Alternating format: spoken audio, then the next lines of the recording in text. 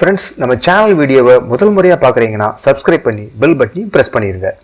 Google play ஸ்டோர்லேருந்து ஆப்ஸை download பண்ணி install பண்ணும்போது என்னென்ன பாதுகாப்பு விஷயங்களை சரிபார்க்கணும் அப்படிங்கிறத பற்றி இந்த வீடியோவில் பார்க்கலாம். கூகுளில் பார்த்தீங்கன்னா ஒரு நாளைக்கு கிட்டத்தட்ட 50 பில்லியன் ஆப்ஸ், அதாவது 5000 கோடி ஆப்ஸ் ஸ்கேன் செய்யப்பட்டு வெரிஃபை பண்ணப்படுது.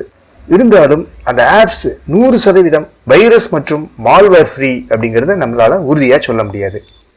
கூகுள் ப்ளே ஸ்டோரில் செட்டிங்ஸில் ப்ளே ப்ரொடெக்ட் அப்படிங்கிறது பை டிஃபால்ட்டாகவே ஆனில் இருக்கும். ஒருவேளை அது ஆனில் இல்லைன்னா நீங்கள் அதை ஆன் பண்ணி வச்சுக்கிறது நல்லது. பொதுவாக ஒரு ஆப்பை இன்ஸ்டால் பண்ணும்போது அந்த ஆப்போட டெவலப்பர் யார் அப்படிங்கிறத பற்றி தெரிஞ்சுட்டு இன்ஸ்டால் பண்ணுறது நல்லது. அந்த ஆப்போட நேம்க்கு கீழே டெவலப்பர் நேமை மென்ஷன் பண்ணியிருப்பாங்க. அவங்கள பற்றிய டீட்டெயில்ஸை கூகுள் பண்ணி பார்க்கலாம். அவங்க ப்ரீவியஸாக வேறு எதுவும் ஆப் எதுவும் டெவலப் பண்ணியிருக்காங்களா, அவங்க ட்ரஸ்ட் ஒர்த்தி தானா அப்படிங்கிறத பற்றி தெரிஞ்சுட்டு அந்த ஆப்பை இன்ஸ்டால் பண்ணுறது நல்லது. அடுத்தது நம்ம சரிபார்க்க வேண்டிய விஷயம் என்னன்னு பார்த்தீங்கன்னா ஆப்போட டிஸ்கிரிப்ஷன் செக்ஷன். ஆப்போட டிஸ்கிரிப்ஷன் செக்ஷனில் ஆப்பை பற்றிய தகவல்கள் கொடுத்துருப்பாங்க. அந்த டிஸ்கிரிப்ஷன் செக்ஷன் ரொம்ப ஷார்ட்டாக இருக்குது. போரான இங்கிலீஷில் கொடுத்துருக்கிறது, ஸ்பெல்லிங் எரர்ஸ் மற்றும் கிராமட்டிக்கல் எரர்ஸ் இருக்கிறது.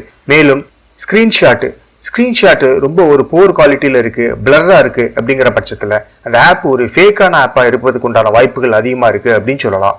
அடுத்தது நம்ம ரொம்பவே கவனத்தில் கொள்ள வேண்டிய விஷயம் என்னன்னு பார்த்தீங்கன்னா அந்த ஆப்பை இன்ஸ்டால் பண்ணும்போது அவங்க கேட்குற பெர்மிஷனில் பார்த்தீங்கன்னா கிட்டத்தட்ட 100 வகையான பெர்மிஷன் இருக்குது. ஆனால் ஜென்ரலாக அவங்க கேட்கக்கூடியது என்னன்னு பார்த்தீங்கன்னா ஸ்டோரேஜ் சம்பந்தமான பெர்மிஷன், கால்ஸு, நெட்வொர்க் கம்யூனிகேஷன், அப்புறம் நம்மளுடைய லொக்கேஷன் சம்பந்தமான பெர்மிஷன், சிஸ்டம் டூல்ஸு, அது மாதிரி நம்மளுடைய personal information, contact details, message சம்பந்தமான டீடைல்ஸை ரீட் பண்ணதுக்கு உண்டான பெர்மிஷன், இதெல்லாம் சொல்லலாம். பொதுவாகவே ஒரு ஆப்பை இன்ஸ்டால் பண்ணும்போது அந்த ஆப்புக்கு சம்பந்தம் இல்லாத பெர்மிஷன் கேட்கும் பட்சத்தில் அந்த ஆப்பை தவிர்த்து விடுவது நல்லது. அஃப்கோர்ஸ் சில பெர்மிஷனை டினை பண்ணுறதுக்கு வாய்ப்புகள் இருக்கு.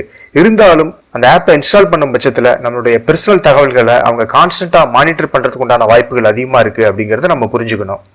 அடுத்தது பார்த்தீங்கன்னா அந்த ஆப் சம்பந்தமான ரிவ்யூஸை செக் பண்ணி பார்க்கலாம். நிறையவே ஒரு பாசிட்டிவான ரிவ்யூஸை பார்க்கும் பட்சத்தில் அந்த ஆப் ஒரு நண்பகத்தன்மை வாய்ந்த ஆப் தான் அப்படிங்கிறத உறுதி செய்து கொள்ளலாம். அடுத்தது பார்த்தீங்கன்னா அந்த ஆப் அதிக முறை டவுன்லோடு செய்யப்பட்டுள்ளதா என்பதை நீங்கள் கவனிக்கலாம். குறைந்த அளவு டவுன்லோட் செய்யப்பட்டிருந்தா அந்த ஆப்பை நீங்கள் தவிர்த்து விடுவது நல்லது. அதே போல் மொபைலோட பெர்ஃபார்மன்ஸை ஸ்பீடப் பண்ணுறது, ஆப்டிமைஸ் பண்ணுறது, ரேமை இன்க்ரீஸ் பண்ணுறது, இந்த மாதிரி ஆப்ஸை நீங்கள் அறவே தவிர்த்து விடுவது நல்லது. ஏன்னா மொபைல் கம்பெனிஸ் டிஃபால்ட்டாகவே அவங்களோட யூஐயில் இந்த ஆப்ஷனோட கொடுத்துருப்பாங்க. எனவே இந்த மாதிரி ஆப்ஸை நீங்கள் முற்றிலும் தவிர்த்து விடுவது நல்லது. ஃபைனலாக மொபைலில் ஆன்டிவைரஸ் இன்ஸ்டால் பண்ணும்போது அந்த ஆன்டிவைரஸ் ஒரு ஜெனுவினான டெவலப்பரால் தான் உருவாக்கப்பட்டதா என்பதை நீங்கள் உறுதி செய்துட்டு அதை இன்ஸ்டால் பண்ணுறது நல்லது. ஓகே ஃப்ரெண்ட்ஸ், இந்த வீடியோ உங்களுக்கு ரொம்பவே பயனுள்ளதாக இருக்கும்னு நினைக்கிறேன். இந்த வீடியோக்கு மறக்காமல் ஒரு லைக் கொடுங்க, உங்கள் ஃப்ரெண்ட்ஸ் மற்றும் ரிலேட்டிவ்க்கும் ஷேர் பண்ணுங்கள், அவங்களுக்கும் ரொம்பவே பயனுள்ளதாக இருக்கும். நம்ம சேனலுக்கு சப்ஸ்கிரைப் பண்ணி பெல் பட்டனையும் ப்ரெஸ் பண்ணிடுங்க. தேங்க்யூ அண்ட் தேங்க்ஸ் ஃபார் வாட்சிங்.